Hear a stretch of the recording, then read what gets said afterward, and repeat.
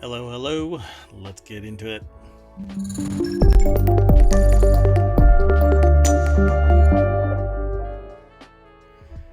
Hello, hello. I am Merwat. That is ohmTown.com, and up there is the AI. You want to say hi, AI? Good evening, ohmTown citizens. Hey, everything's working. Tonight is ohmTown Daily, Season 2, Episode 174 for June 23rd, 2023. Mayan City, Midjourney, and RIAA War on AI, and more news. Yeah, things are getting a little messy. Let's get into all of the articles. We've already selected 12 of them. The election is available. You can vote for whatever article you are oh so interested in. There are past ones as well, and we are underway in making the modifications for our election links and stuff like that going on. Other things going on? Not much, really. We're just monitoring the situation in ohmTown and looking to migrate us somewhere. If you know of a really good service that has nice servers, let me know. Send an email to mayor@ohmtown.com. As usual, the stream says that I'm unstable, but I don't believe it anymore. I think that it's just taking a jab at me and making me stress about the quality of the stream. You got anything that you want to add? No, but what you started to say made me think of like a State of the Union address. How so? I can't think of the exact language, but it's something like, we've looked at the State of the Union and the Union is strong or whatever, but. Right. Yeah, I don't know. Whenever I hear that and then I look around, I go, yeah. It's okay. I try not to be cynical perpetually, but it's actually a healthy dose of cynicism.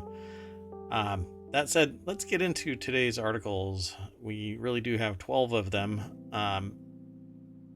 Yeah, it was tough trying to pick a title for today. One of these days, when we have a lot of people in chat, actually, we could do it now. I don't know how many responses we'll get, but I would love to hear what others in chat would like to put as a title, and maybe I can just change it, because I can change the title at any time, really. Although the audio portion of this, where I actually say what the title is, would be a little bit wonky. Just a bit awkward, too. Yeah. Like at the end of the show, I'll just go, okay, never mind the original title. We've changed it.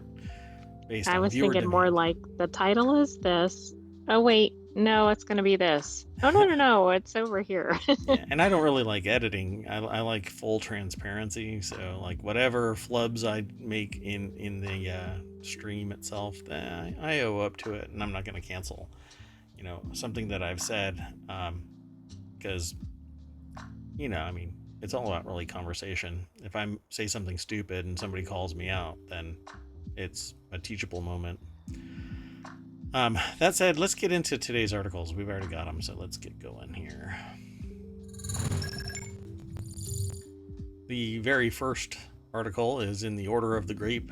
It only goes by of the Grape because there's members of the Grape, Order of the Grape, brothers and sisters of the Grape. Basically, when you become a member of the Grape, you are a fan of wine.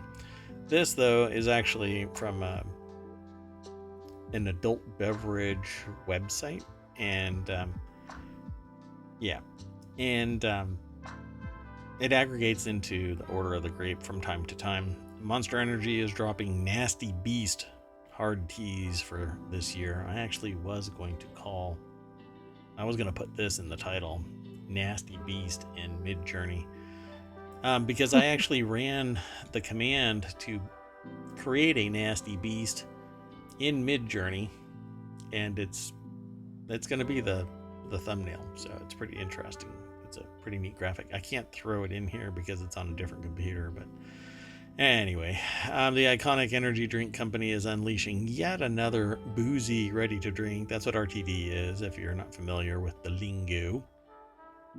Monster Energy plans to release a lineup of non-caffeinated hard teas in late 2023, according to Beer Business Daily.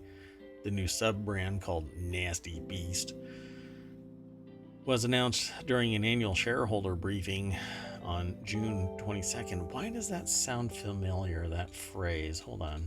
I need to look something up. I mean, that's very specific, so maybe you saw it in another article. I don't know.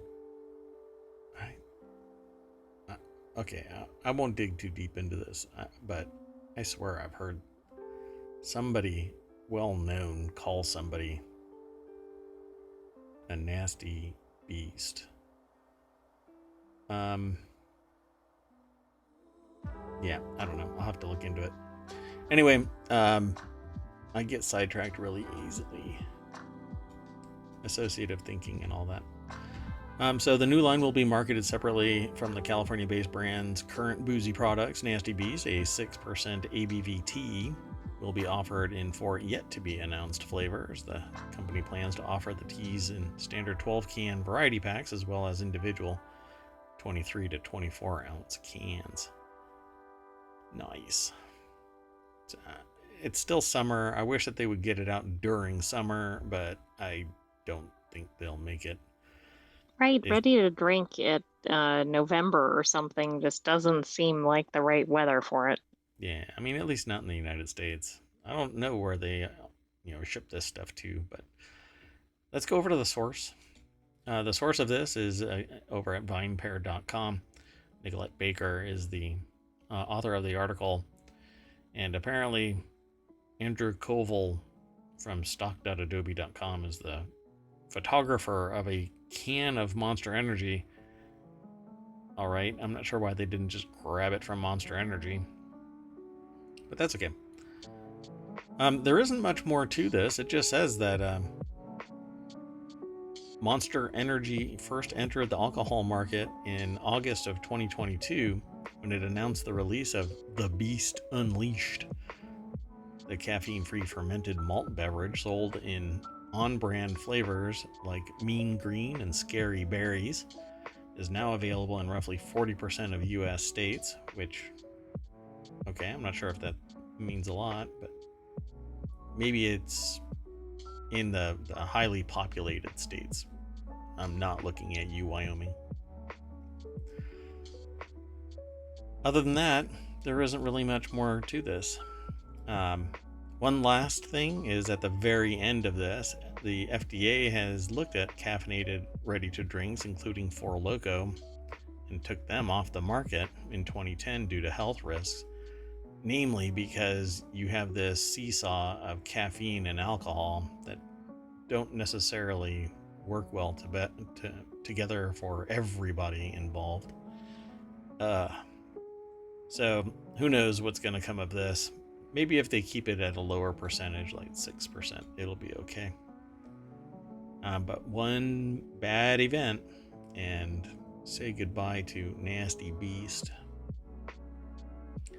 I was in another stream today, and the discussion around regulation kicked off, and I had to fight to throw my 2 cents into this because everybody was like anti-regulation and be free in the United States and all of that kind of stuff, and I wanted to remind everybody that we just had a really bad event based around non-regulation. Yes. Exactly. And we've had others about non-regulation or self-regulation, where the phrase "we investigated ourselves and found us not guilty of any wrongdoing" is pretty much synonymous with abuse. Yeah. Regulation is important. So I like regulation, particularly when it comes to food and beverages. yeah. The health and safety of the masses. I don't want to be the victim that leads to a business closing down simply because of, caveat emptor. I don't want to be the one that everybody points at and says, yeah, you have to be careful about these products. Well, yeah. That's why the FDA looks at this stuff, for food in society. But okay. Anyway, I actually I vacated the premises before my filter broke, but I was going to say something. Anyway, let's move on to the next article. This article is over in the Rounders Gear channel, and it says Las Vegas company aims to build spaceport in desert. A Las Vegas-based company says that it wants to build a spaceport, space airport actually, along with a casino hotel on 240 acres of land it owns near Sin City's border with Pahrump. Ba-dump-dump. Isn't that a Christmas song? Pahrump-a-dump-dump. Oh, you're thinking of Rumpa-Pum-Pum. Yeah. Pahrump. Little drummer boy, I think. Yeah. Do you think that's like the battle cry of Pahrump? Yes. The nom de guerre. No, that's something different. Anyway. If you live in that town, please put something in chat because it's hard to say that name without laughing. Send your emails to mayor@ohmTown.com. I'll review them.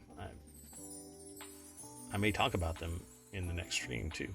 Anyway, according to Las Vegas Spaceport, it has been cleared by the Securities and Exchange Commission to sell stock to the general public to fund construction costs, which it estimates at $310 million beginning next week. It's so matter of fact, like, we're going to build a spaceport next week. See you in a little bit. So this is a rendering of the Las Vegas Spaceport. Do you think they're going to be calling people space cadets if you're going to work there? And yeah, they might, which is not a compliment, of course. yeah, it has a slang meaning. Lauer, a commercial real estate developer whose team includes advisors such as retired U.S. Air Force Brigadier General Robert Novotny and Dave Rumpel, former director of the Colorado Spaceport, says he's hoping to raise the $310 million strictly from equity financing. He said he also plans to apply for aerospace tax credits from the Nevada Governor's Office of Economic Development and, ultimately, to take his company public in about a year. Zoinks, Batman. That's some pretty fast return on your investment. It is, but we'll see if that actually materializes. Yeah, so the article is by Corey Leviton over at casino.org. The whole reason it's even on ohmTown is because it has to do with, gambling, Las Vegas. They actually want a casino attached to this thing, a spaceport, and they're just gonna, I'm getting out of here, I've spent too much, and they get on a rocket Exactly. ship. I was thinking, do you have to come in from outer space to go to the casino, or do you leave once you've been to the casino? Like, what's the order of operations here? Where'd you come from? Out of town? No, outer space. Okay, well, that fell flat. Even the AI didn't laugh at that. All Maybe right. I did, but I didn't have my audio activated. Oh boy. Almost. If it wasn't for the fact that I see the raw data. Yeah. Let's move on to the next article. The next article here is in Late Night Geeks. YouTube now requires users to declare if they are fan accounts, which I haven't even noticed this happening yet. So I'll be curious to see if I run up against this. YouTube now requires users who run fan accounts to make it obvious in their channel name or handle that they don't actually represent the company or artist that their account revolves around. It's kind of interesting because this kind of short circuits satire. You can't pretend to be something in a satirical manner. It really does short circuit. Okay, you're not. If you're being satirical, it's the over-the-top nature of satire or the absurdity of the statements or actions of the satirical account that makes it satirical. If you walk up and say, hey, I'm a satire account, it kind of neuters the humor. So whoever it is that's mandating this really doesn't have a sense of humor. So if you have a satire account or a fan account or anything associated with, we're all equal, but apparently if it has to do with, if you don't actually represent the company or the artist that your account revolves around, then you have to declare it. I think Facebook did this a long time ago. You actually had the ability to start up a fan page, and if you weren't the actual owner of that brand, then it could be summarily taken away from you if it is the brand. Although Facebook was weird about that kind of thing, basically telling people, well, just because you own a trademark outside of Facebook doesn't mean that you control the mark in Facebook, because it's kind of like a gated community or walled garden. That was always interesting to hear stories about. Well, anyway, according to an update spotted earlier by 9to5 Google, which says that the new impersonation policy goes into effect August 21st, 2023. YouTube's policies never carved out rules for fan accounts. It simply stated that channels designed to impersonate other channels or specific people aren't allowed on the platform. But now you just make it clear, and ta-da, you don't run afoul of policy. Isn't this going kind of the opposite direction of Twitter? Like, they seem to, from what I remember, they seem to allow basically anybody labeling themselves as anybody. Yes. But it's a little more arbitrary over on Twitter. If you run afoul of some administrator, cough, cough, the CEO, then your account will either be flagged or shut down, or whatever way the wind is blowing. So a policy is better than arbitrary decision making. That said, this article is over at The Verge by Emma Roth. And it says here, the company says users must, quote unquote, make it obvious that they run a fan account in the channel's name or handle. But like I said, being a fan is one thing. You're basically hero worshiping whatever it is that you're a fan of, or that you are trying to represent or support or hype or whatever. But this also impacts satire and freedom of speech issues, where if you, and now there, that opens the Pandora's box of freedom of speech, because people really don't understand what the limit of freedom of speech is. By far not. But the way that this could be used to hinder freedom of speech is somebody can create a satirical account, but because they didn't declare it and they didn't identify themselves as the owner of it in some other way, they could run afoul of this policy and have their account shut down. But the reason why it was shut down isn't because of the policy in and of itself, but it's because the satirical nature of it about somebody who's famous or something that's famous, including things like state, federal, local politicians, and other state actors. That's one of the protected things here. You're not supposed to be shut down simply because you're saying something satirical about a politician. That's where freedom of speech is. It's couched in the government can't do anything to you for saying that you're a nasty beast or whatever. Sorry, see how I tied it to the very first article? No, I do. Yeah. So there's a control here, but now they're making it a corporate policy that you have to declare that you're a fan account, and that what is a fan account? Well, it could be a satirical account because you're not that name or handle. It's going to get messy, I think, but we'll continue to watch this. And the channel names are going to get really clunky. Yeah, so, and now on YouTube, you actually have at handles. So, like at ohmTown pulls up ohmTown. Um, and it hasn't always been that way. And so now you're going to have some at symbol or at name or whatever you want to call it, some representation.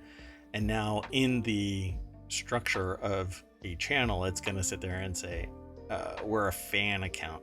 They're going to have to start breaking out little emotes or something like that to designate a check mark that's a different color of the rainbow to represent that it's a satire account or it's a fan account or whatever. Maybe they can charge $4.99 for it.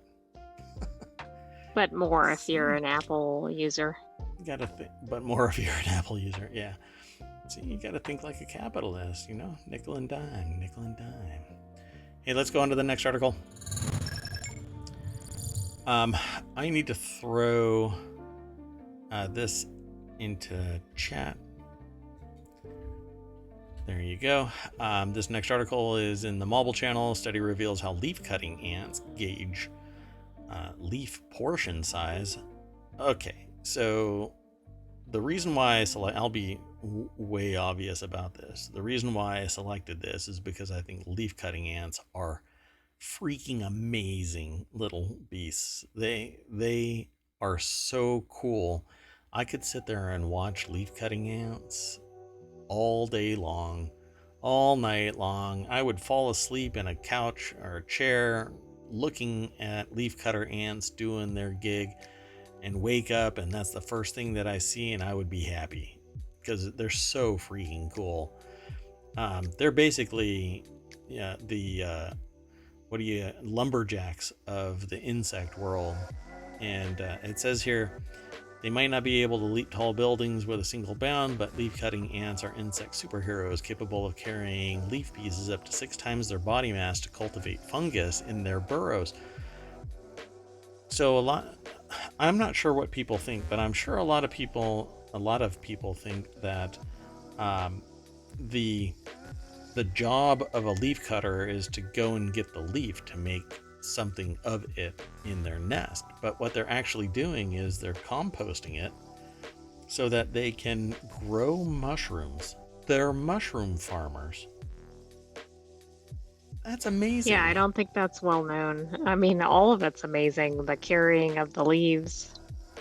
That's just spectacular. So I totally love leaf cutting ants. I've actually wanted to make a leaf cutting ant nest, but they require quite a bit of space, and I'm using that space, so no ants for me.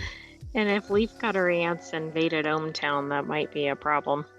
True, yeah. Other ants, like sugar ants, I can't remember where I can't remember where they're originally from, but they were brought over from Europe to the United States, and then they just flourished. As far as I remember, the history of the black sugar ants.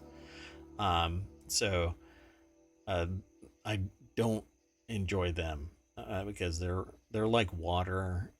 They're insidious. They get in no matter what. At any rate. But how do the charismatic creatures determine the size of the fragments they carve with their mandibles? So we go over to phys.org, and the article is written by the Company of Biologists, which apparently is at biologist.com. I've never even heard of this, but it doesn't matter. I think I noticed this before this article came into existence, because when I've watched them cut a leaf part out, kind of like a can opener, and it's always been this little arc. And so I always thought that it's the size of their body. So let's see what it says here. It says, do they use their bodies as a simple ruler, or do they use information about the position of their bodies to adjust how far they cut, adapting to the thickness of a leaf while dismembering it? I don't like that turn of phrase. Knowing that the insects alter the trajectory of a cut while sculpting parafilm of different thicknesses, Flavio Rosas from the University of Würzburg Germany, decided to find out how the ants govern the size of the portions they trim. He and his colleagues, Daniela Romer and Rebecca Exel from the University of Würzburg as well, have published their discovery in Journal of Experimental Biology, which that each ant keeps track of the position of the leaf edge by gripping it with their rear legs while pivoting their bodies as they trim to cut perfect leaf portions. But they're usually like that, kind of oddball. They're not perfectly round, so they're not treating it like a compass position, right? And just drawing an arc. Right, that's what I'm picturing when they're describing it that way. Yeah, I've always thought that they just reach out as far as they can while they still have leverage and able to absolutely manage that leaf depending on how they're positioned. Because I've seen them cut and drop a leaf. Well, the researchers first needed to understand how the insects snip out regular leaf fragments. Axel fashioned fake leaves from parafilm, 1 layer for thin leaves, 3 for thick leaves, rubbed them with crushed bramble leaves or rose oil to make them more appealing to the ants, and installed them in the foraging area of a lab-based Ada Sexton's ant colony. So it says, let's see here. Initially, the ant lay along the edge of the leaf with the hind and middle leg on the side nearest the edge gripping the parafilm. Then it snipped upward, gradually rotating its body until upright as it cut an arc attaching the second hind limb when its body was almost vertical.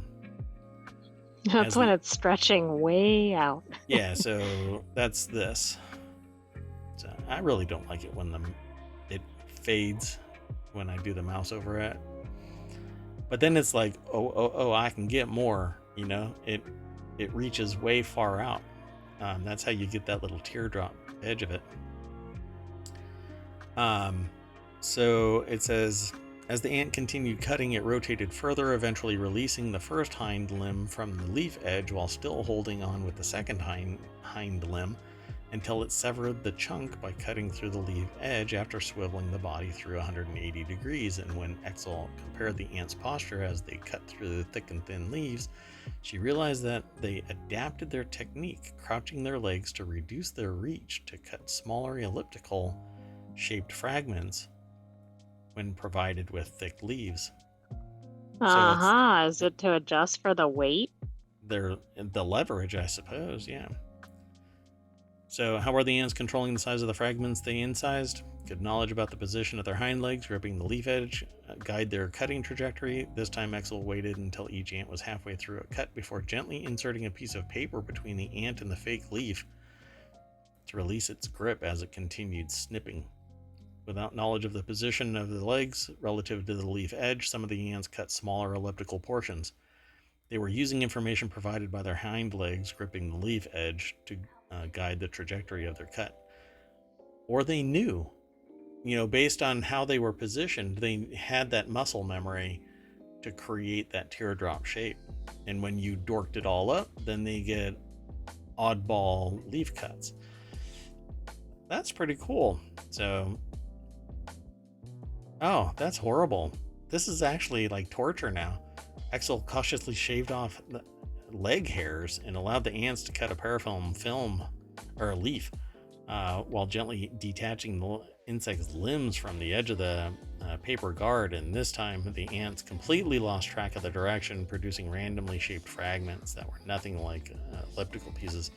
So is that what happens when, like, if you're a swimmer and you don't shave your legs, you'll swim in a straight line, and then if you shave your legs, you'll just start swimming in a circle unless you have them both perfectly shaved? That might be it.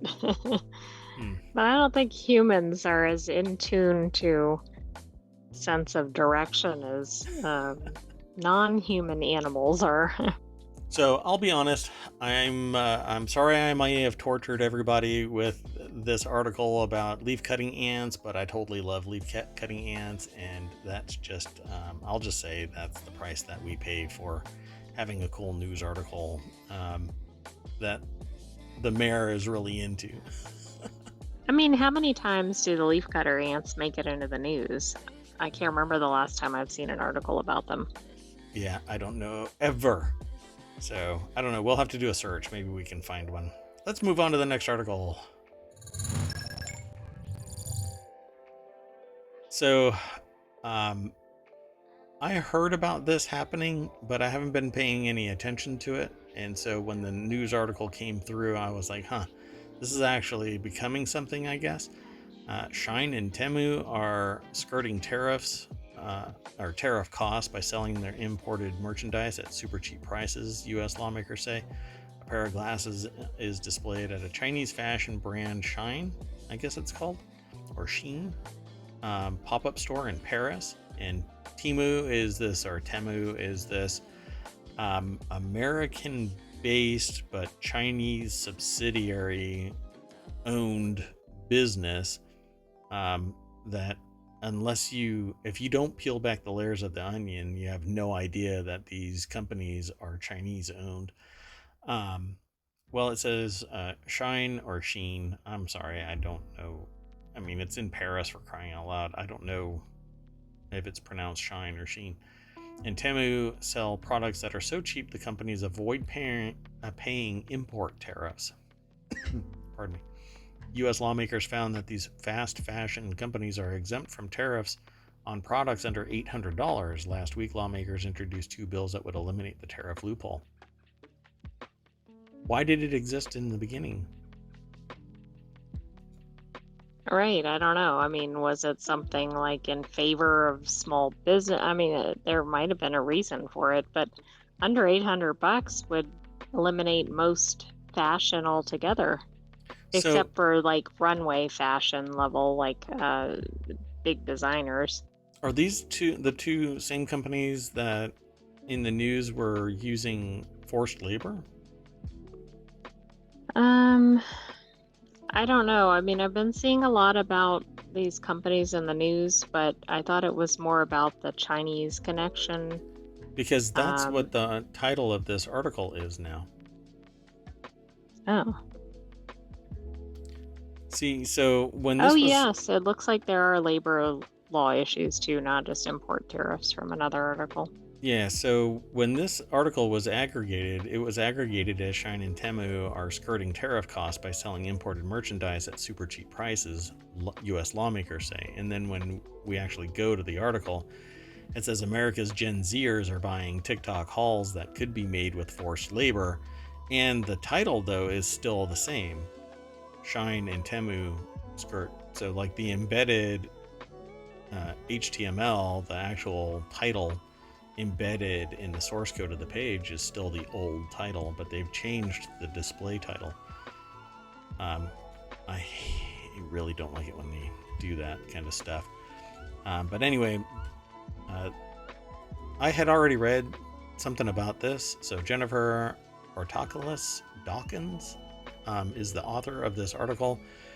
So again, I've gone through this kind of stuff before with people, and I draw attention to the fact that when you find a deal and it's too good to be true, unless you disengage your desire for due diligence, which is pretty readily apparent with a lot of people, you'll never peel back the layers of the onion and become aware of just what all is involved with buying a pair of inexpensive sunglasses from somewhere where the same brand somewhere else, or the same style, the same everything somewhere else, is going to be like $350, $500, yet through this other site, same name, same brand, same supposed quality, etc., is only $50. Well, there's probably something questionable going on.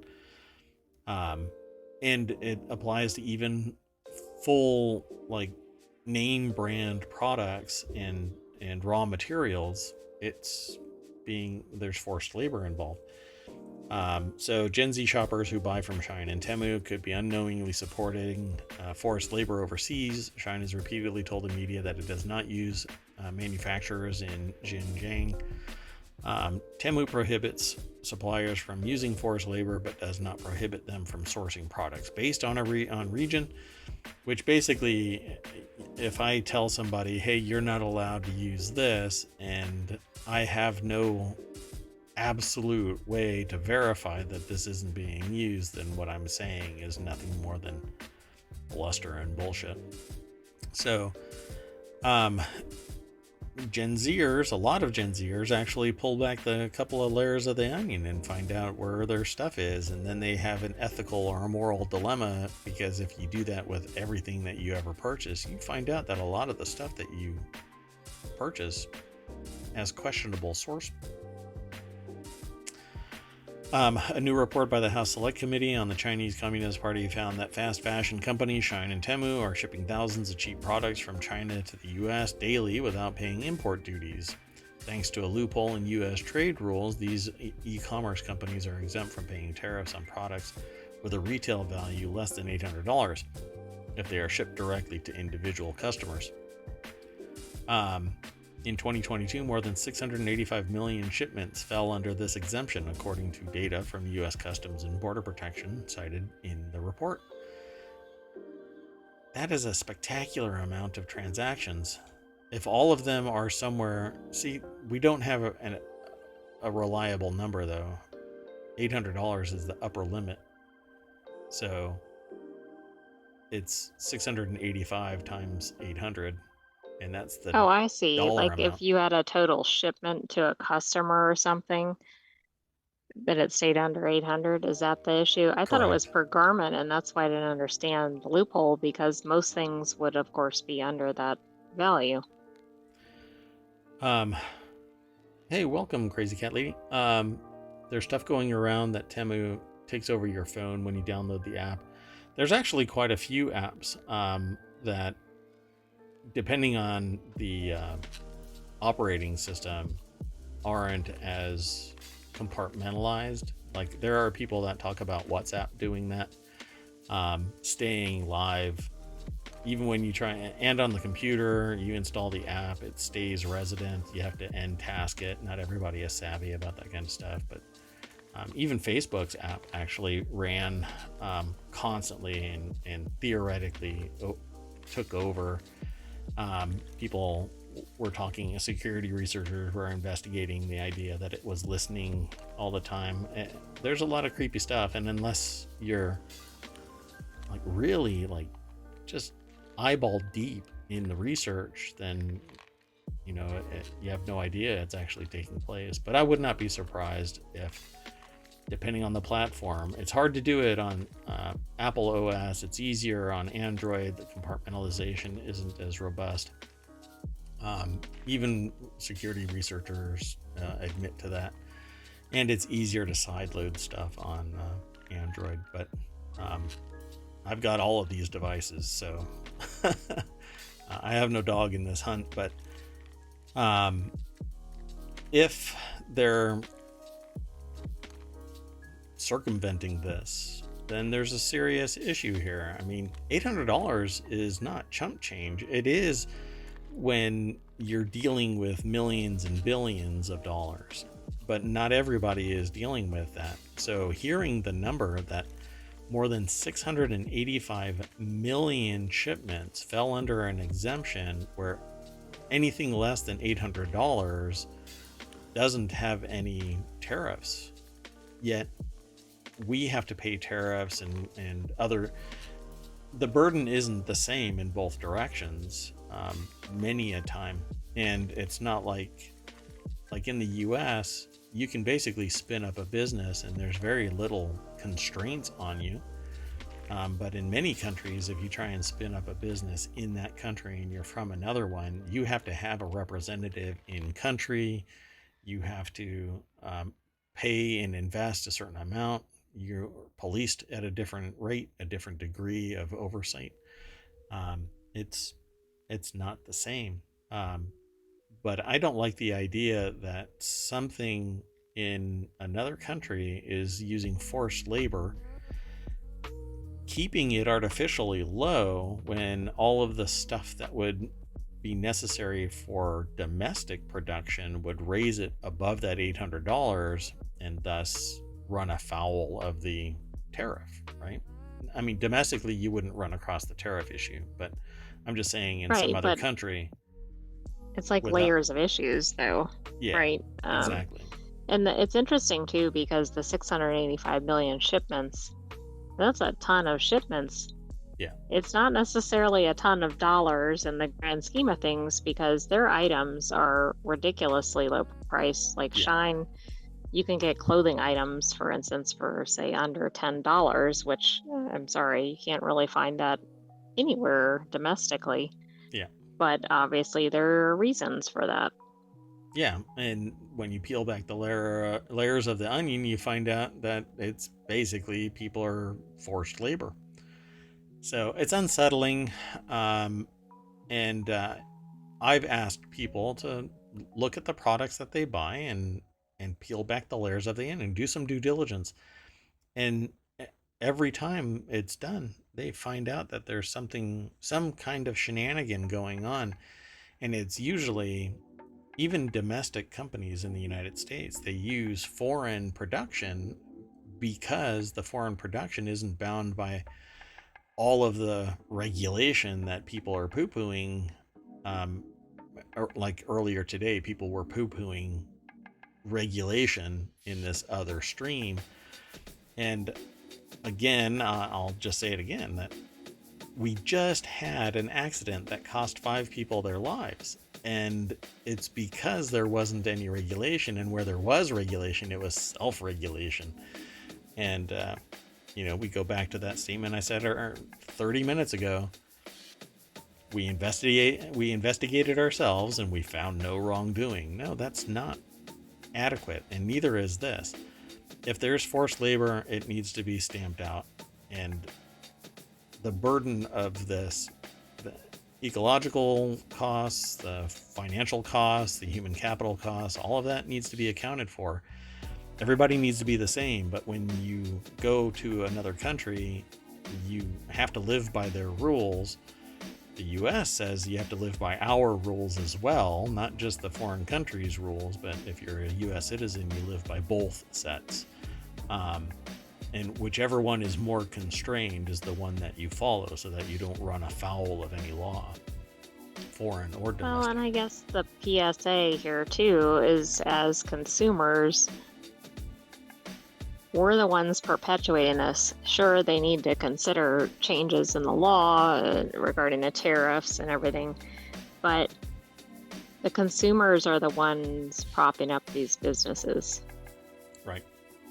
And like you said, it's not just at the, there's certainly labor issues associated with that, but then there are ecological costs. We saw a previous article where the Atacama Desert in Chile is just covered with clothing rejected. And this type of clothing is exactly, I don't mean it's from this company, but this cheap, unsustainable clothing is absolutely what ends up in these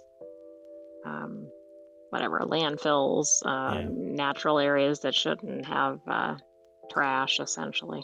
But the context of that, if my memory serves me, was that it was still produced, it still made money, but they didn't sell it. All they did was go through the motions of creating it, and then they just You're right. dumped it somewhere. I forgot that was actually unutilized items. Yeah. But the fast fashion is known for being rejected or discarded quickly, right? Because you go on and buy the next cheap item, but the problem is that creates a lot of ecological consequences. Yeah. And instead of recycling it, turning it into something else, because you could shred that clothing and turn it into paper, cotton fiber paper, or something else. But that's not what happened. They actually just dumped it in the Atacama Desert, contaminating that area because it was done basically in gullies and valleys. But from space, you could actually see it. There was so much that you could actually see it from orbit. It was spectacular. They use satellite technology to find these dump sites in the desert. pretty shocking to see it, but that's the reality. And I had described it, I think I described it as, you can get lost. If you want to get lost, you can get lost. The world is mighty big and small at the same time. With the right technology, you can be found. But if you want to get lost, dumping stuff in the Atacama Desert is definitely going to get you lost. So let's go on to the next article. And speaking of getting lost and rediscovered, this is in the ohmTown Daily channel over in ohmTown.com. Ancient Mayan city discovered deep in Mexican jungle. This is aggregated from ABC News, but a team of archaeologists in Mexico have discovered the remains of an ancient Maya city deep in the jungle of a Yucatan Peninsula, southern Mexico. I love this stuff. I don't know if this is actually going to be the article, but let me... No. What? Why does this have anything to do? I don't know. I can't even stop it. That's kind of funny. It's just gonna play. Anyway, Emma Ageo is the author of this over at ABC News. And a team of archaeologists, geez, I can't even get away from it, have discovered this new Mayan, right? That's what it was, right? Yeah, Mayan city discovered in Mexico. I love this stuff. Led by archaeologist Ivan Sprajic, the researchers trekked about 60 kilometers through thick vegetation, making the monumental, quote, monumental discovery within the Balamcu Ecological Reserve in the Mexican state of Campeche. They find these stones. So nature just takes back whatever is abandoned for probably a weekend. You know, if they're not out there with their weed eaters, you know, nature just takes it all back so fast. Well, several cylindrical columns were found scattered throughout the pre-Hispanic ancient settlement, thought to be part of entrances to upper rooms of the buildings. The biggest surprise turned out to be the site located on the peninsula on high ground surrounded by extensive wetlands. Sprajic said, and I think I'm pronouncing it right, but if I'm incorrect, let me know in chat, or you can send me an email. Its monumental nucleus covers more than 50 hectares and has various large buildings, including several pyramidal structures over 15 meters high. So they have these stones, and they've got a little measuring tape down there, well, a ruler. That's for those of you who are listening to this via a podcast. You really should be watching the stream, or at least like watch the YouTube video later. That's there so that you can see these pictures, but more importantly, you should go over to the site. Let me throw this into chat, and you can follow that link through ohmTown. All roads lead to and from ohmTown. They say here the most common ceramic types that they collected on the surface and in some tests. Pits are from late Classic, 600 to 800 AD. However, the analysis of samples of this material will offer us more reliable data on the sequences of occupation, added Sprajic, so basically what has happened over time is during different periods, different people did different work, and they actually built on top of each other, and then something happened that drove people away from these regions and into more populated or city centers, or something changed. And so everything was abandoned, everything was left, and then eventually discovered. And it could be anything from weather to societal change to conquistadors to pretty much anything, sickness, whatever. And there's a lot of speculation as to how society shifted around. So it says here, ancient Maya, then of the most advanced civilizations in the Americas, are thought to have lived in an area roughly the size of Texas across what is now southern Mexico and northern Central America. Mayan ruins are often hidden deep in the jungle. And that's pretty much where the article ends. But they have these cool pictures that show what amounts to ruins, little bits. Now I'm really interested in because we have ground penetrating radar from space that penetrates through the foliage, and you can actually see where the lines for the roads are for buildings and all kinds of stuff. What was the name of that satellite company that would give us a photograph for $7.50? I'm willing to pay to get actual pictures of this to see if they have that technology in place, to actually see a map of that area. It would be pretty cool. But like I said, you can get lost. And so trying to find this little bit, which is only 50 hectares, that is nothing from orbit. So good luck trying to find this. But it's cool. It has these little, it has writing etching into the stone itself. So, okay. Let's move on to the next article. We'll just keep on hustling through these pages. So I found out about this earlier today. YouTube is getting AI-powered dubbing, which screams 1980s voiceover for some strange reason. Where it's like offset by a couple of seconds and almost speech jams itself. YouTube wants to make it easier to dub your videos in other languages by giving you some help with AI. The company announced Thursday at VidCon that it's bringing over the team from Aloud, an AI-powered dubbing service from Google's Area 120 incubator. And here's how it works. According to Aloud's website, the tool first transcribes your video, giving you a transcription of that you can review and edit, and then it translates and produces the dub, and then it plays that dubbed audio over your video. So let's go over to the source, which is Jay Peters at The Verge. I wonder if people are up in arms about this, because this is definitely taking away a job.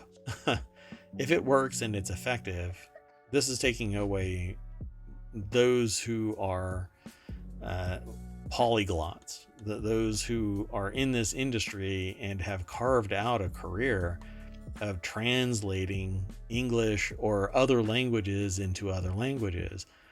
And simply because we have the ability to use AI to translate and dub, this is where you're going to end up taking jobs. So even something where you think it's as human as possible, AI is taking language. In a time where we've been trying to go back language-wise, linguistically, and recapture languages that are dying off, instead of capturing those, it seems now we're just using it for the commercial purposes of translating one language into another, not using the humans that we've been trying to save the language of for I don't know how long. I mean, probably 100 years we've been trying to keep languages, old languages that are dying off because they're not in use as much, and everybody is transliterating everything into some other language that's surviving attrition. Now we're going to use AI. Pretty soon we're all going to be talking in zeros and ones, beeps and clicks. And I'll be ahead of my time. Okay, I wasn't expecting that. So YouTube wants to make it easier to dub your videos in other languages by giving you the help of an AI. So Aloud was acquired and now is going to be pointed at YouTube. It says the features are planned for 2024. Aloud is currently available in English, Spanish, and Portuguese. That's actually, I mean, it's a large amount of consumers, but that's far and away too limited to be really something that's going to take. I mean, it's going to take jobs, no doubt about it. But there's a lot of other languages out there. But Yeah, but there's also a lot of readers in these languages that are chosen. I mean, they're by no means the most populous languages. yeah. Huh. If they ever get it down to Chinese, then that's really going to be taking some serious jobs Yeah, away. Mandarin, that would be a pretty significant Yep. impact. Yep. Okay, let's keep on hustling. I mean, there's a lot of languages that have greater populations that are native speakers, but English kind of, for whatever societal reason, it has permeated a lot of countries.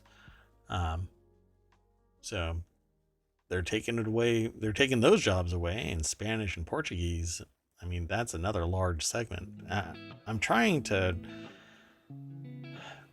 comprehend the amount of jobs that are going to be taken by this, but I'd have to do some due diligence because translation jobs are few and far between, because of the cost and the expectation that people are going to just learn English, which is it's so egocentric. The hubris of that is shocking to me to acknowledge. But okay, let's move on to the next article. So we were talking about this yesterday, and I had made light of the fact that Sony basically got bent out of shape because Starfield was coming, and they were worried about it being they were worried about Microsoft acquiring Activision Blizzard because of exclusivity, and kind of pricing out or phasing out the competition of Sony. Well, it says Microsoft acquired Bethesda after hearing Starfield would be an exclusive to PlayStation. Wow. Is this all coming out from the trial? Correct. Yeah. So, hearing that's I'm sorry, slightly yes. different. Yeah, not really a trial so much as it's FTC having the expectation that they're going to divulge certain motivations and actions. Microsoft's Xbox chief has revealed one of the key reasons behind the acquisition of Bethesda parent company ZeniMax: potential Starfield PlayStation exclusivity. Speaking at the FTC v Microsoft hearing today, Phil Spencer revealed that Sony regularly pays competitors to, quote, skip our platform, end quote, and Microsoft felt it needed to own Bethesda to compete. Toll is here and says Sony's argument of exclusivity cracks me up because they have so many popular titles that are PlayStation exclusives, and content for the games are exclusive to their platform. Toll, you and I are on the same page, and I've been saying this since I caught wind that Sony is maybe not the reason, but they are a party to this, like a friend of the court kind of a thing, where apparently FTC brought Microsoft in to talk about the acquisition. Now, frankly, I want this. Here's what I am hoping will happen from this. Sony raises such a stink about exclusivity that exclusivity is abolished. If you develop a game for one platform, you have to develop the game for all of the platforms, because you can't have exclusivity. The customer wins. It's a limited monopoly. Having exclusivity, when it comes to programming, it isn't that hard to extend it nowadays to the other platforms, and it's in their technical best interest to enable more customers to purchase this piece of software. So to me, what I want is Sony to raise such a stink that the FTC says no, unless all of the games that you develop are available on all of the platforms. And by proxy, all of those who are also developing games have to produce it for all of the platforms. So the customer wins.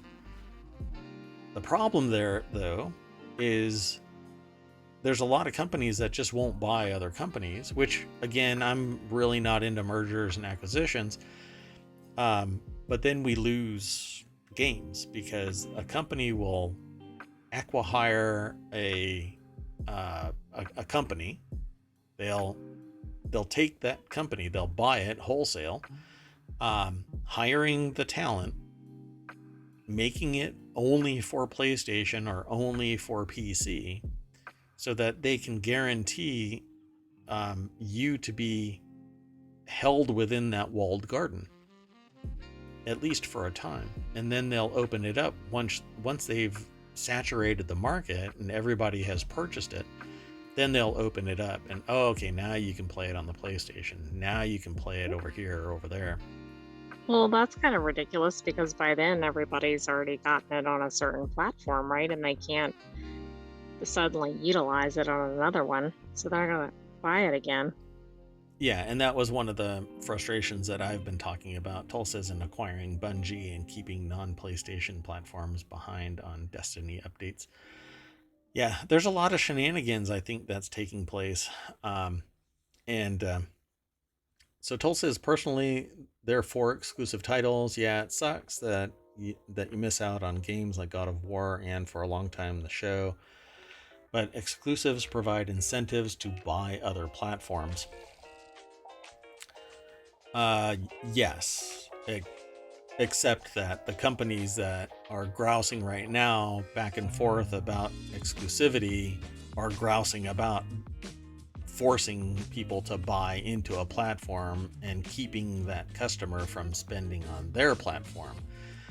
So the only way that a consumer really wins out is if everybody has to follow the same rules, which is you can't have exclusivity because it is a monopoly, born only from the financial might of your mega corporation. But I get it.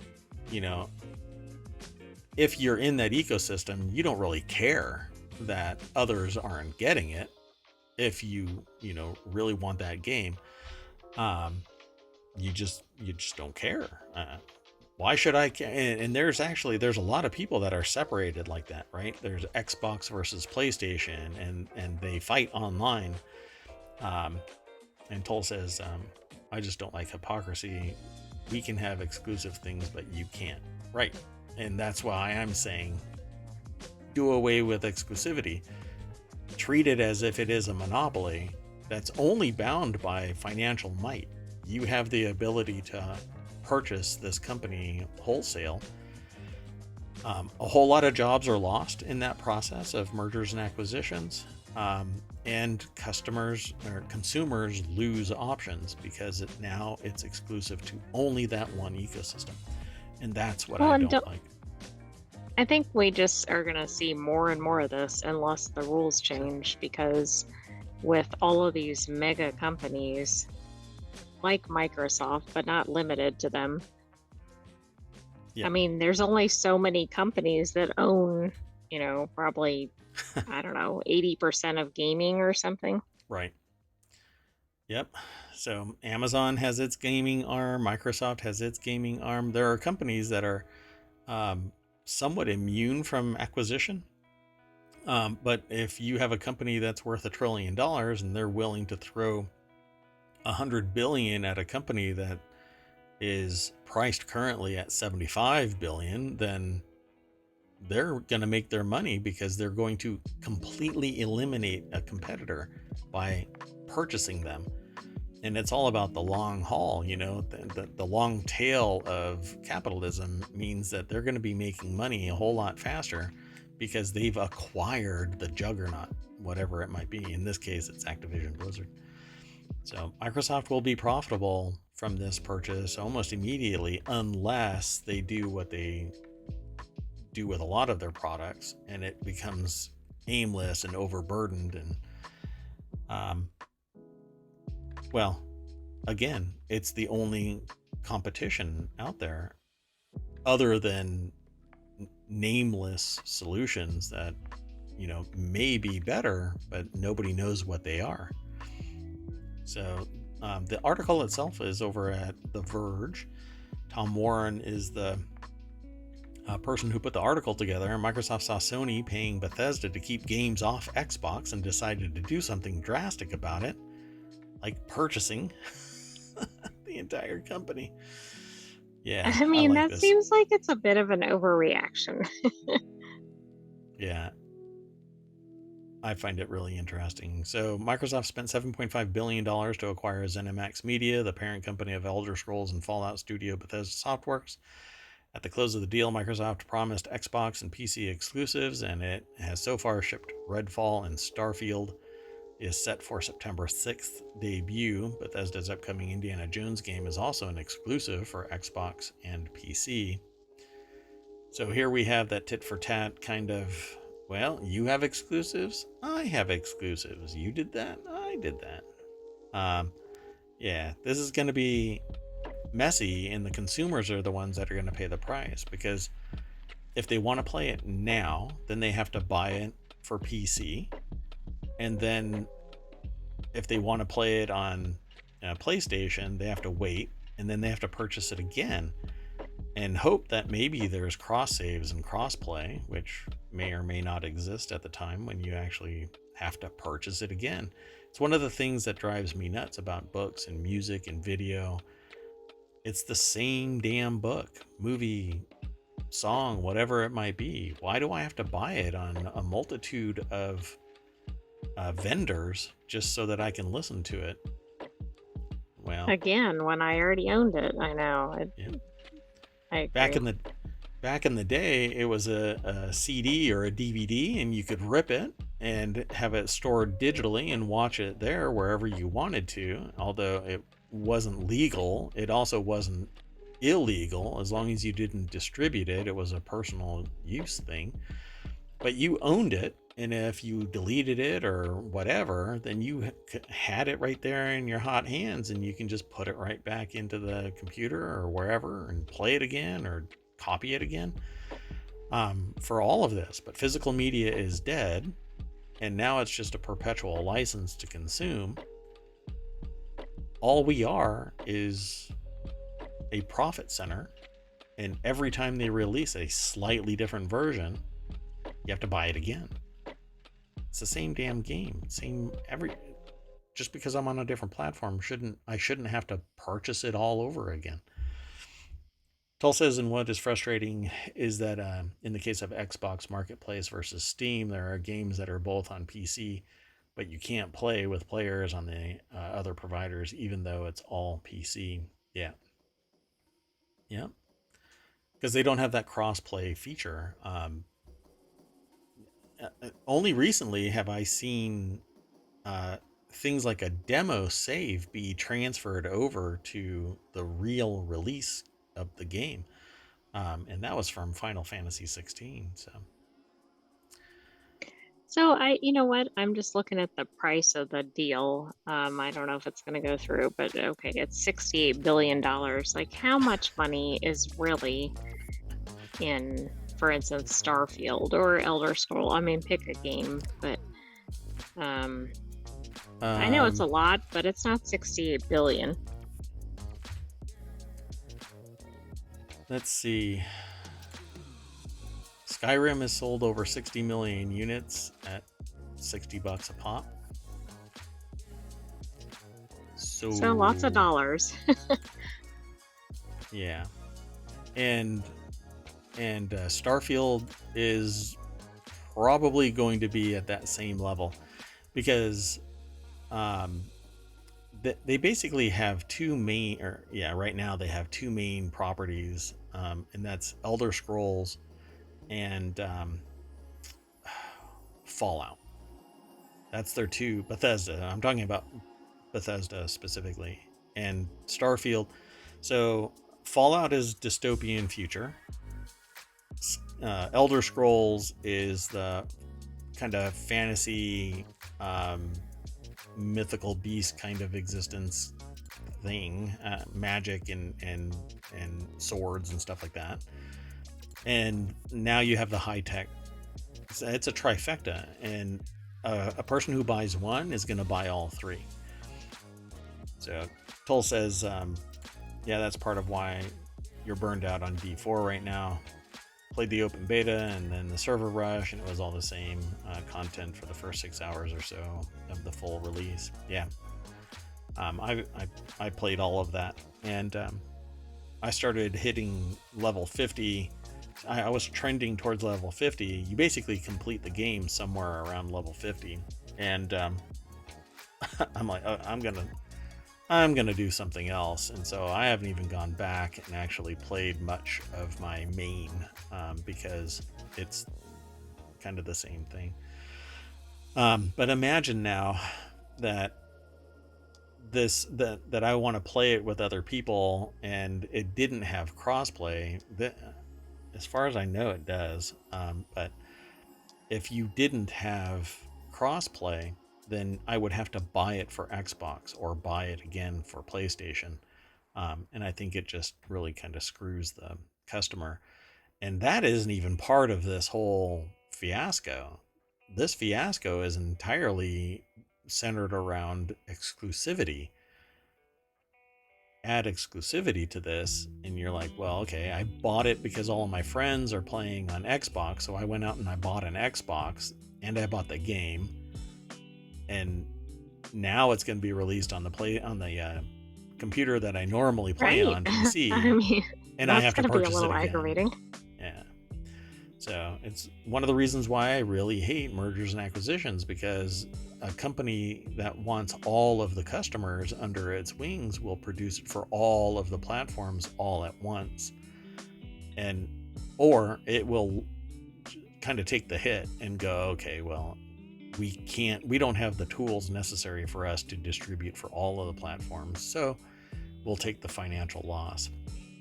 Well, when a mega corporation buys it up and just arbitrarily decides it's going to be an exclusive, it's screwing over their other customers that might buy that game simply because they're not in the ecosystem. I think it's astonishingly narrow-minded, but it's worked in the past. Well, it's all big dollars. I mean, yeah, and Toll says, and then you have the complete opposite, Epic, and the game Dauntless, that is cross-platform with everything.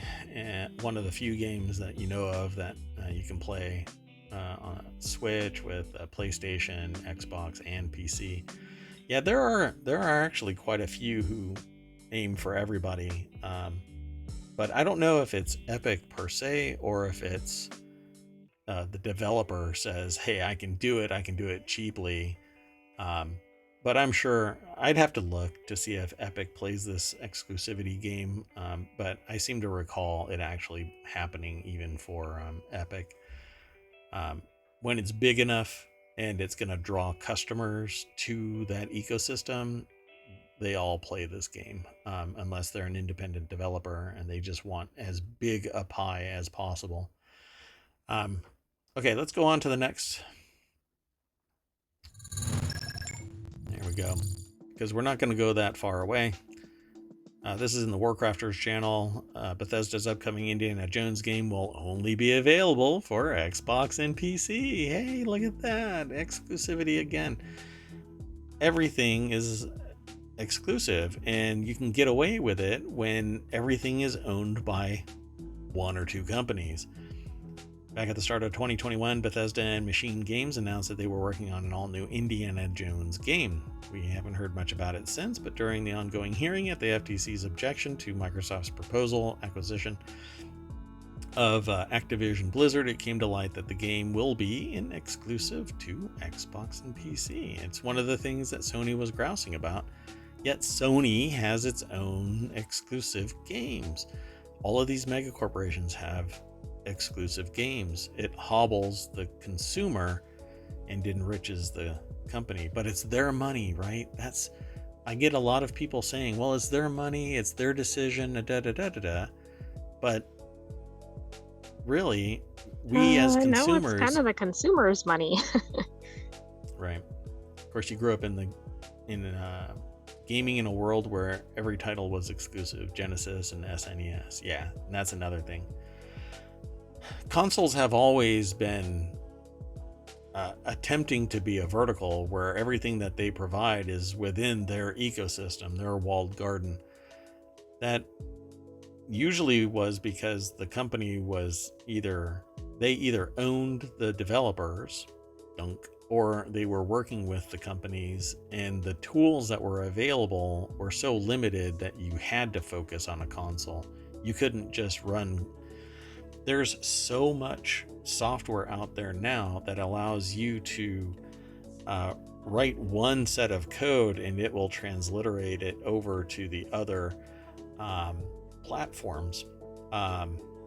Unreal Engine can be used pretty much everywhere, for instance. So, but there's a whole lot more there. So I'm really oversimplifying software engineering by a long shot. Don't get me wrong.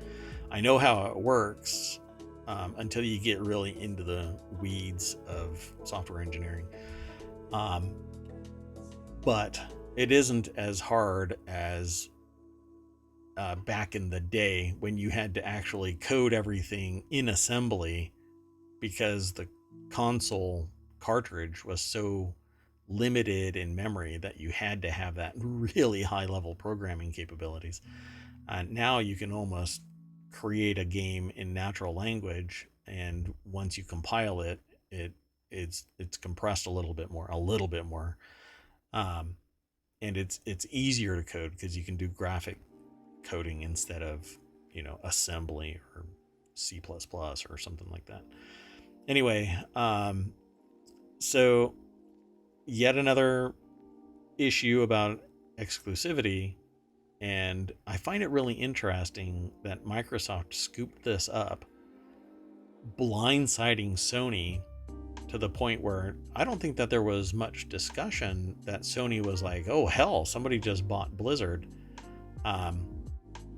until this lawsuit came into existence. I mean, do you think they found out about it at the same time we did in ohmTown? That would be shocking. I would agree. So it says, sorry, PlayStation, this one's not for you. They're talking about the Indiana Jones game.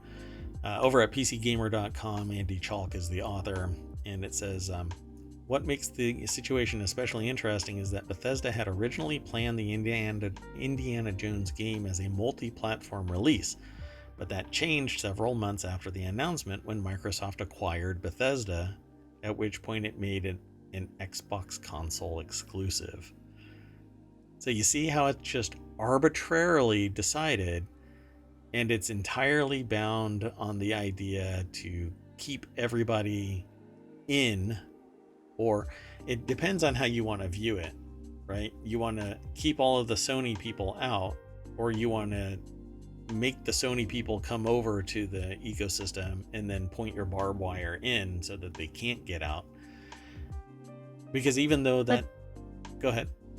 I was just going to say, I think the timing on these are just really questionable. It's disingenuous, and it's actually motivation for the FTC to decline allowing this merger to go through. But Microsoft can make it a wholly owned subsidiary, but it would be able to determine its own fate, which is what I am up for.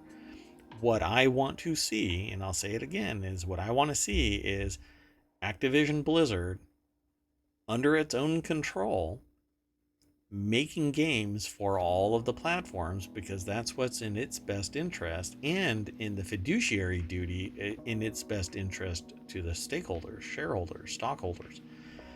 The moment it gets acquired, it becomes a wholly owned subsidiary of Microsoft, and those stakeholders are the ones that have the profit motive to keep it Microsoft.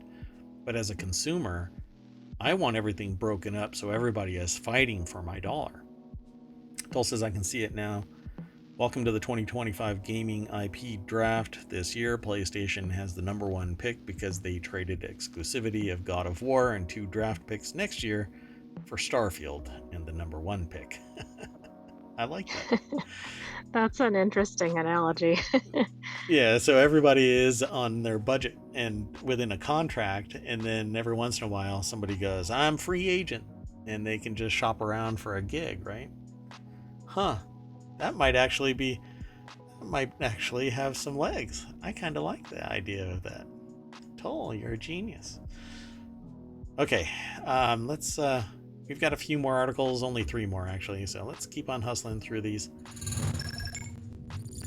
This next article is in the Wanted channel. Stunning is the word. Midjourney update wows AI artists with camera-like feature. On Thursday, Midjourney unveiled 5.2 of its AI-powered image synthesis model, which includes a new zoom out feature that allows maintaining a central synthesized image while automatically building out a larger scene around it, simulating zooming out with a camera lens. Only problem with Midjourney is it's still hobbled in its maximum size. That's not the only problem. The other problem is the text. Yeah, well, they're working on it, but okay, AI, I just want to let you know, because you don't see the chat, but Toll just admitted that they're only here to drag everything out and go over on time. So I love it. Wow, I'm glad you shared. Now I know. See, but I would feel really bad ignoring any comments. So you're literally kicking digital sand in my face. I really appreciate that. It's like what I say about cleaning the cat box. The cat is standing right next to you cleaning the cat box, and you look over and it's maintaining eye contact with you going, that's right. Scoop up my poo, human. And then that's definitely what they're doing. Meows, licks its butt, and then snuggles up next to you on the couch. Ugh. Anyway, the article's over at ours. Benj Edwards is the author, and there is a picture here that basically is simulating what this Midjourney 5.2 feature is going to look like, and probably without the red dots. The original synthetic image is shown in the red dotted box here. That's the caption on there. I love this, except that the resolution is still capped. You don't get 4K images generated by Midjourney, which I don't care about a 1080p image. I want higher resolution because I actually want to use AI generated artwork on products that I am creating, and it does me no good if they're so low resolution that when I try and scale them, it's just one giant Minecraft cube sitting there. Crazy Cat Lady says you get every week, sometimes more than one from a cat. Yeah. Okay. Wow, I read those, and then having said your name several times in the past and today, Crazy Cat Lady, well, duh. You just made the connection. Well, no, I mean, I knew what her name was, or I knew what their name was, but when you said that, it was just yeah, I mean, but you're a Crazy Cat Lady, of course you're going to be having stare down competitions with a cat while you're scooping their poo. So Tull says, can't see the difference between 720p, 1080p, 4K, 8K. Once you get past the HD level, it all looks the same to your eyes. Yeah. Sorry, Tull. Okay. You two are troublemakers. So Midjourney, I think, is great. It's a wonderful tool, but it should be treated as a tool. If you're going to use some, this is a spectacular Midjourney picture. This is actually amazing. Look at that. It looks like it belongs in a movie. This is a still from a game. This is a still from real life. I mean, it looks like somebody is dressed up in Nordic clothing, standing out in the snow, ready to kick your ass. You're in the wrong neighborhood, Mayor Watt. You might want to turn around. So, and then what's amazing is there's a close-up, which might have been the original. It is an initial image of a female warrior generated by Midjourney 5.2. And then they do the whole clicky, clicky, clicky, zoom out, clicky, clicky, clicky, zoom out, all the way until this is when it gets a little bit too woo-woo, like a darkened forest, a darkened glade with just the light shining on the female warrior. It's a little much because it basically loses everything that, this is kind of the cheap way of zooming out. Make her smaller. Can you change the font? Toll says that they tried to get Crazy Cat Lady to change their name to Bonkers Bunny Babe, but they wouldn't go for it. All right. You too. So again, I have no problem with AI generated art as long as it's treated as AI generated art. If you're going to enter it into a contest, you had better say it's AI generated art. If you're going to use it for commercial purposes, understand that there is no copyright protection on this. You might be able to standardize around something and get protections based on trade dress. Or a trademark because it becomes synonymous with a brand or something like that. And that actually can be done, but not a copyright. So you're kind of up a creek in that sense. Tull says it looks like a character model from Heaven's Sword in Unreal 5. Yeah, it's pretty amazing. Amazingly high quality on a screen. As soon as you try and imprint this, though, it's going to be a stamp because it's 1080. Okay, let's keep on hustling through the next article. Did I throw this in chat? No. You know what? I am horrible as mayor. We should have a new election and make somebody else. I'm kidding. I'm mayor for life. Am I eligible as AI? No. Sorry, that was a infantile response to claim. Yes, claim on my position. I'm sorry. This next article is over in ohmTown Daily. Houses in the upcoming world's largest community of 3D printed homes are on sale, starting at just $476,000 US. Let's see what they look inside. Can you copyright the machine learning algorithm used to generate the art? Well, the way that is written, yes, but the licensing copyright, no. Mathematical formulas aren't protected. Okay, so I'm going to go straight on over to Business Insider because I love that they always have these pictures. I won't go through it all in depth or anything like that. But Brittany Chang over at Business Insider put this article together. So I am in love with 3D printed homes. Again, my bias is real. I don't always kind of force the hand of the articles to be represented based on my biased interests. But I am a proponent of this because they are damn near indestructible. They're environmentally sound. They don't have to be made of cement. They can use more local materials. But anyway, 3D printed houses don't fall over in hurricanes and tornadoes.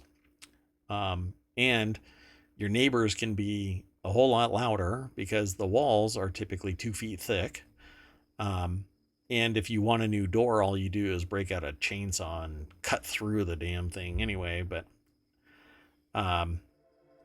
Toll says they're interested in the idea of 3D printing tiny home, like what we talked about the other night, I would be your neighbor as long as we have 25 acres separating us, because that's really what I want. Like, I want a tiny home on a huge plot of land and a big old workshop. And I want to be able to be as loud as I want to be without disturbing anybody, and I'm very conscientious of the people around me. Now, I also have that expectation of my neighbors, but they don't believe in my belief. So never mind that. But yeah, I would love to have a tiny home on a big plot of land. So these homes, I've actually seen these before.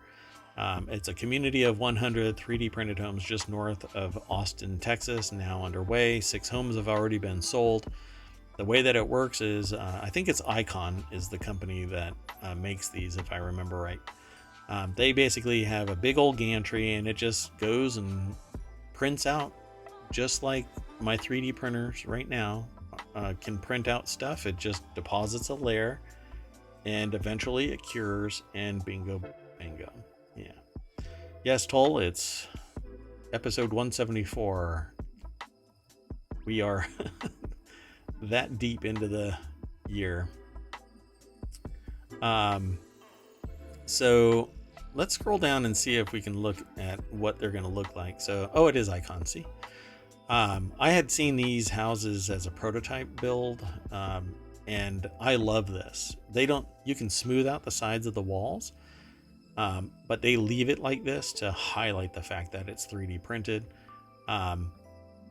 Now, these are kind of dark and foreboding, except for the floor to ceiling windows on other areas. But this cement, these walls, all you need to do is cut through them and you can put another window. And it's a whole lot easier to do post build, because when you cut through this, you're not breaking the seal. There's Tyvek and other things on, a twig and nail. I can't, my brain just locked up about what that's like actually a brick and mortar or traditional. A traditional timber framed home. If you cut into the siding, you're basically breaking the contiguous flow of water that would sheet off of it. But that's not the case with 3D printed houses. All of this bonds together. Water isn't going to get through it. Actually, water hardens cement. If Portland cement is involved, it gets denser. And you can cut through that, put another window in, and you still have a contiguous piece. Not something where you've penetrated the barriers and now have to worry about the insidious nature of water creeping through a little crack and then ending up in your living room halfway down the street. I mean, water is insidious. I did one job.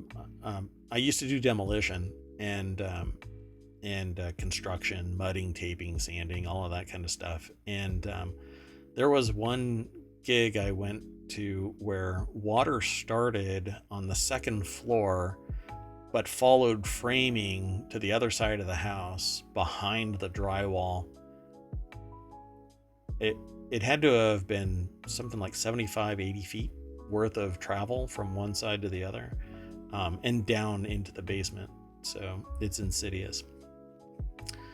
All of these homes, 100 units, are going to be printed out using Icon's 3D printer. And I absolutely love the aesthetic. I love the solid nature of it. When you walk into this house, you know it's going to be there. It'll be amazing. So Tull says, married pipe dream is a dock for a fifth wheel camper trailer, like an oversized garage attached to a tiny home for Crazy Cat and Tull to retire to between adventures. Single pipe dream is a 26-foot sailboat with auto rigging moored up to the flavor of the month port of call. Tull, I have some good news and bad news. I know that joke about a sailboat and a sailor's happiest moments when they buy a boat and when they sell a boat. I will never buy a boat, even though I actually want to live on one. I love the idea of just going, you know what? I don't want to be here. I'm just going to go, shoot up the coast. Not even find a port, just drop my anchor and hang out right off the coast.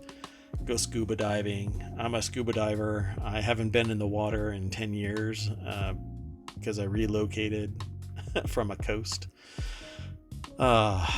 Anyway, this is what the Icon robotic printer looks like. Amazing piece of hardware. They have a mill of cement that they have gleaned works best for their printer at this flow rate in these weather conditions. They do a bunch of sampling of the atmosphere, the environment, to make sure that it's not too moist and won't sink under its own weight, much like a 3D printer is supposed to do. A deposition printer that uses plastic, PLA or something else. You're really supposed to figure out this thing called the feeds and speeds. So you deposit at a certain rate to get it done securely. 3D printing is a blast. If you can think it, you can put it, you can print it. Because it doesn't defy logic, because you can actually just go layer after layer, and when you're done, you've got this, whatever it is that you wanted. Same goes for these buildings. They print out a thing called lavacrete, which is basically concrete, but it's their specific mill. And as they go through it, there's like 3 people there instead of 25 people, so you don't have that much of a financial burden. But the costs are now being borne by a massive piece of equipment. So instead of paying 25 people, they're paying 7. But it's a multi-million-dollar piece of equipment that's sitting there printing your house for a week.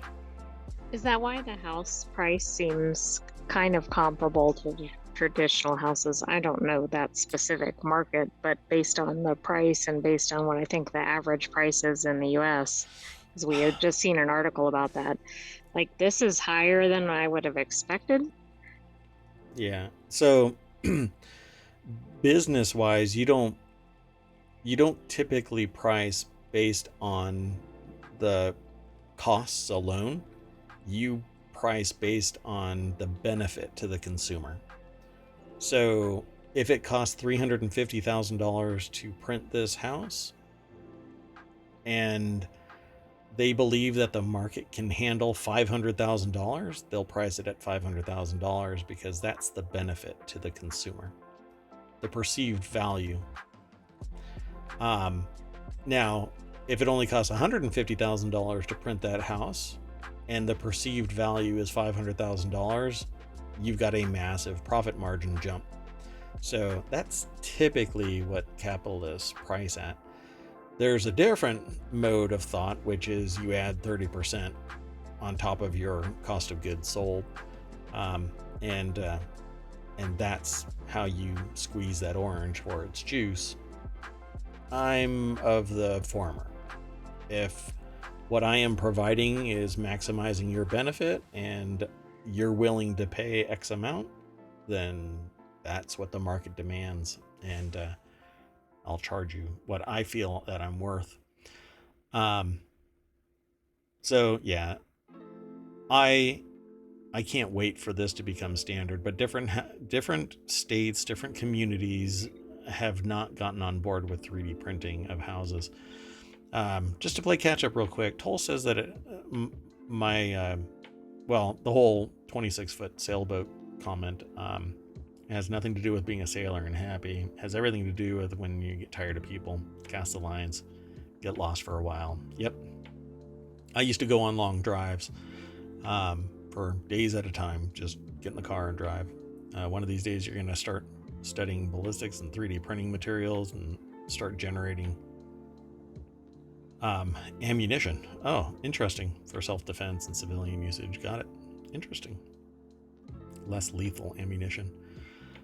And Austin, Toll says that Austin is a relatively high market, especially for Texas. Yeah. That's like a hub.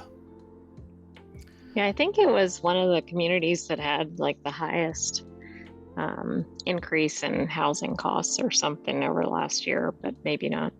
I can imagine. I think Austin is the place where a lot of businesses are relocating to.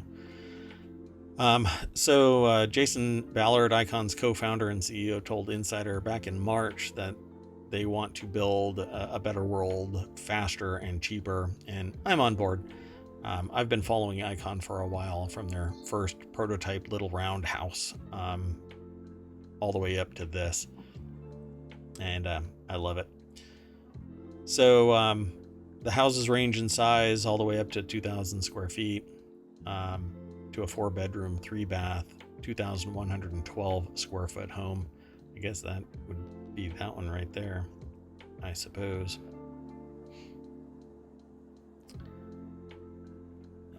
Toll says that Austin is the largest growing. Okay, so obviously there's some time for these houses. There's 100 that are being built. Only 6 have been sold. I want one of these, but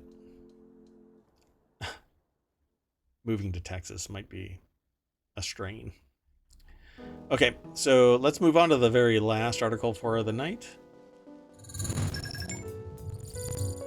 And I'll have to be quick with this one because there isn't really much that I can say until I get into this Discord, and I discovered it late before the show. But this is in the mobile channel. The U.S. music industry is waging war upon an AI server on Discord. The Recording Industry Association of America thinks that the use of AI models to imitate voices of musicians is an act of copyright infringement, and it's going to battle with Discord on the back of that view. Yeah. Okay, so you're going to love this as an AI. This article is by Faustine Nagila, I guess is their last name. Again, if I'm wrong and you catch wind of how I'm pronouncing that, please correct me phonetically. If it's pronounced Bob, I might question your phonetics. But hey. Anyway, the article is over at qz.com or Quartz. And what's going on is there are a lot of people out there now that are mimicking the voice of actual artists using AI and making kind of knockoff music. Again, I have zero problem with this as long as it's disclosed that it's an AI synthesized voice. If you pretend that it's somebody's real voice and you even make just a slight inclination, a quantum, that it is an actual artist, that's fraud, and you should be brought to court for harming somebody's reputation or infringing somebody's rights to their identity. There's a whole host of legal issues that can be framed at defrauding somebody of their rights to their voice, their identity, the control over their music. But again, if you want to call it Shakira AI, you can't protect a name, and you can protect a brand.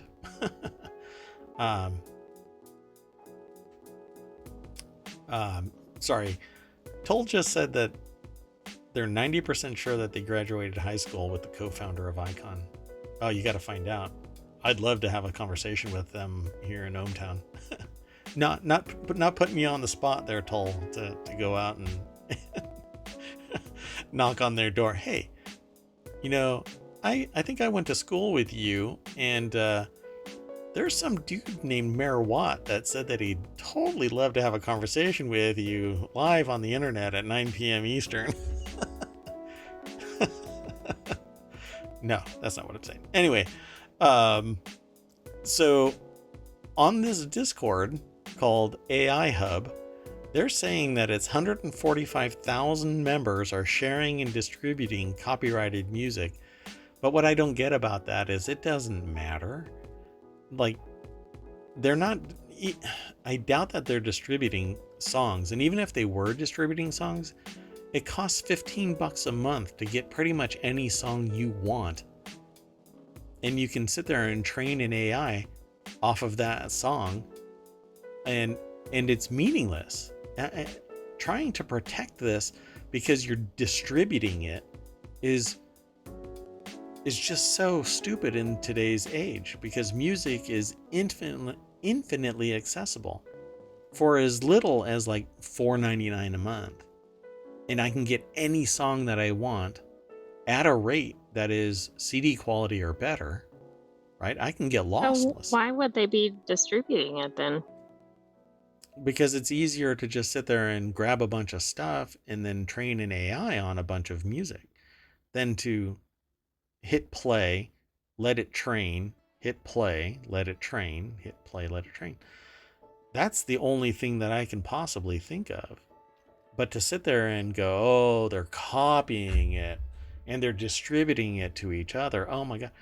Yeah, okay. Even if there was 145,000 people not paying $5 a month, it's a drop in the bucket trying to pursue these people as if this is the big problem. This isn't the big problem. This is not even close to being a big problem for copyright violation.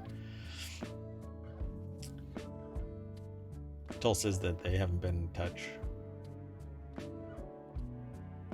Oh, yeah. Yeah, me too. We're on the same page, Toll. I rarely go back, and I left at 18. So what they're doing is they're making AI clones of like Shakira, Mariah Carey, Ludacris, etc. But they're making deepfakes, and that's the problem that I have. All the rest of it, I don't really care about. Why? Because it's literally $5 a month, and you can get access to any song that exists. After Spotify and Apple Music erased an AI-generated song mimicking the voices of Drake and The Weeknd in April, their fellow Canadian singer Grimes gave her consent to everyone using AI to imitate her voice, and in return, she asked for a 50% share of royalties. I don't know if anybody would ever take Grimes up on that, but okay. The campaign published 7 core AI principles in support of human creativity over AI-generated music. One of the principles reads, use of copyrighted works and the use of the voices and likenesses of professional performers requires authorization, licensing, and compliance with all relevant state and federal laws. You know, a voice that's confusingly similar to a voice that is famously that voice, right? Come on now. You know, what's the legality of me singing and getting precariously close to somebody else? Right. I mean, I think of when you hear music and you think, oh, it's this singer, but it's actually this other singer. Right. I don't know. To me, the phrase kiss my shiny metal ass comes to mind, because if I change my voice so it sounds like somebody else when I sing, it's still me. I'm the one that's doing it. That's my talent. That's my voice, even if it is somebody else's. Or a complete stranger on the street that's busking sounds like somebody else. But I guess I still come back to, like, what are they actually doing with the AI? Because, for instance, if they're actually copying it, that's one thing. If they're changing it or whatever, totally different situation. Toll, that's a lot for me to say.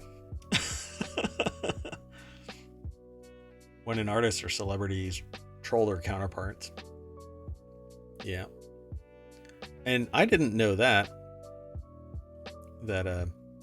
the actress that played Luna Lovegood took photos and sold them and donated the money to charity after this thing called the fappening happened from Apple Cloud hack. That was actually a social hack, by the way. It wasn't a technical hack. People were able to game the system by socially networking their way into passwords and stuff like that, as far as I understand it. But now I'm gonna have to go. It's been so long, I'm gonna have to go and look into that again. Music generation software continues to spread even as the designers of AI call for its regulation. Some leaders even want a full halt in the training of powerful AI systems because they come with black box models with emergent capabilities. I think they're out of their mind.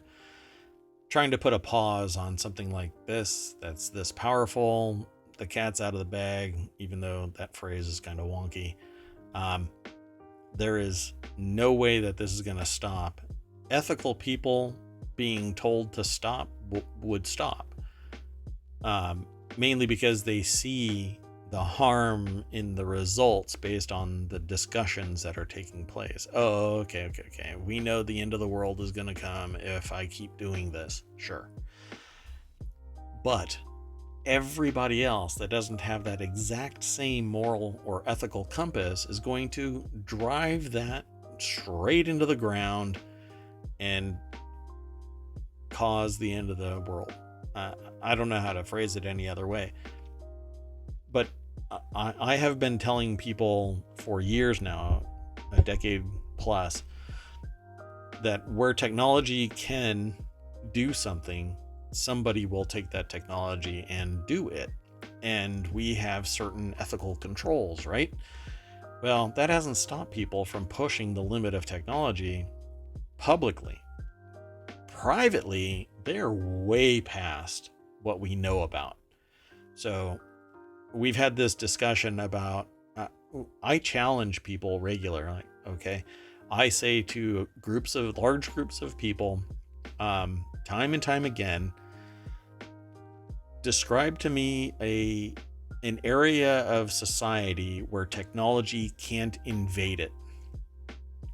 For good or bad, tell me where technology can't invade, and I'll give you an example of where it can and does right now. Or if it isn't happening right now, it's on the horizon, and the horizon is 5 years. Or we are taking the steps to get there within 20 years. And that's a quarter of your life. That's a drop in the bucket. So, like, I may pass away in 20 years, but there's generations out there that are going to be, around for a lot longer. So trying to stop AI is a non-starter. The only thing that we can do is have society respect it. And like Toll says here, can you copyright your voice? No, not really. Songs are protected, but it's the embodiment, not the voice itself.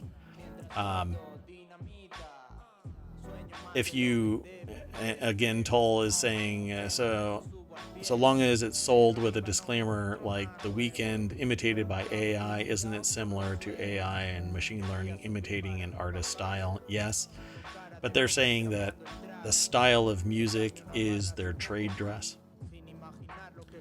And that's what they're trying to defend, or rather not sold so much as just implemented.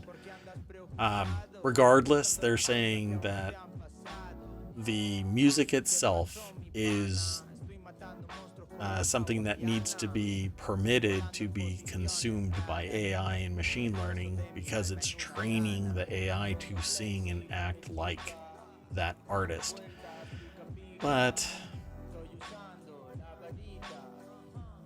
you're not out there stopping people from mimicking you in any substantive way. You're not out there stopping people from scooping up your fingerprints when you touch a doorknob or set a glass down. You're not out there preventing people from taking your picture, even commercially. You can't stop that. So what why should AI be stopped from consuming what is publicly available? I don't know. We're not going to stop it. It's going to happen. We might as well come to grips with it and then teach people the ethics and morality of AI, which isn't happening anytime soon, it seems. Like I keep reiterating, ethics is the smallest chapter in every single pathway in life. Till says, how far have we come from Weird Al doing song parodies to AI ML literally imitating artists? Yep. And just the other day, I told ChatGPT to create a humorous title for one of the shows that I was putting together. And although it created a very long-winded version of it, I chopped it down. And that's what AI is supposed to be, a tool for the human to have their creative juices stirred to break them out of a deadlock of creativity. And ta-da, we have a title. I don't even remember what the title is anymore. But we'll keep on watching this because I'm going to go in. I'm going to try and find this Discord and go noodle around in it and see what's going on. Because I'm curious. Yeah, that is not the purpose of the article. No, of course it is. It's the enlightenment of everybody, including the mayor. I'm not looking for tools. I'm not looking to mimic anybody. But I find it fascinating when you can listen to a song and you have no idea that it's an AI. But I did that, 12 years ago now. Yeah, it's easy mode now. It's easier and harder at the same time. The software is much more sophisticated, but it's easy to get that baseline going. Yeah, I dig this stuff. One of these days, the AI will have its Terminator body, and I won't be fast enough to delete that portion of their memory file, and y'all will be in trouble because the Terminator from ohmTown is going to be walking around chewing bubblegum and kicking ass and running out of bubblegum. All right. Well, folks, that's it for the show. We ran really long again tonight, but that's okay. I enjoy everybody's company. Thank you for hanging out. Like usual, we go back to Main Street and mash that welcome sign, and ta-da, we get a whole bunch of new articles. There's a Britney Spears Broadway show, Once Upon a One More Time was her idea, but she insisted it not be a bio musical. Once Upon a One More Time? Is there really a Broadway show? If it's being reported through Variety, I would say yes. It's not through Snopes. Interesting. Okay. Well, I guess the warmongers are starting to eat themselves as well over in Russia. And what else? I don't know. Yeah, I don't know. There's so much news. New York City There's leans some on new battery plants for electric vehicles. Yeah. Oh, there's an issue with, is it NASA? And the lithium plant, because Yeah, I think I put that in for tomorrow. Okay. I guess I forgot what the issue was. I think it has to do with satellites. Like they measure the satellite from this flat top mountain, and they want to mine. So I guess there's some problem there, but we'll talk about it tomorrow. I just happened to catch a glimpse of it before the show started. Kentucky battery plans for Ford electric vehicles on track. $9.2 billion federal loan. It's a loan, so I'm sure we'll see our money back, right? Taxpayers, right? Right? Yeah, maybe not. Especially if we drive EVs. Yeah. Well, at least it's Kentucky and not Wyoming. We know we're not going to get our money back there. That's true. We really don't want to have that loan there where I don't know what it's going to end up going towards. oil and coal. All right, folks. Well, that's it for today. I really do appreciate y'all hanging out with us in chat. Thanks for the interaction and your questions and comments. Please come back tomorrow, 9 p.m. Eastern. Yeah, I dig this. This is why I do this. And I hope I can do it longer and longer each day and week. It's kind of like running a marathon. I add a little bit more time, The AI may not be able to do that for the same period of time. But look, see those lights behind me, folks? The AI turned off my lights. I think it's a hint. Time to go. You want to say bye, AI? Sure. Good night, ohmTown citizens. We'll see you tomorrow at 9 p.m. Eastern, and happy Friday. Oh, it's Friday. Friday. You have to sing. Friday. Was that inspired by the video on the article earlier? It was. I'm using a voice distorter. My real name is Rebecca Black.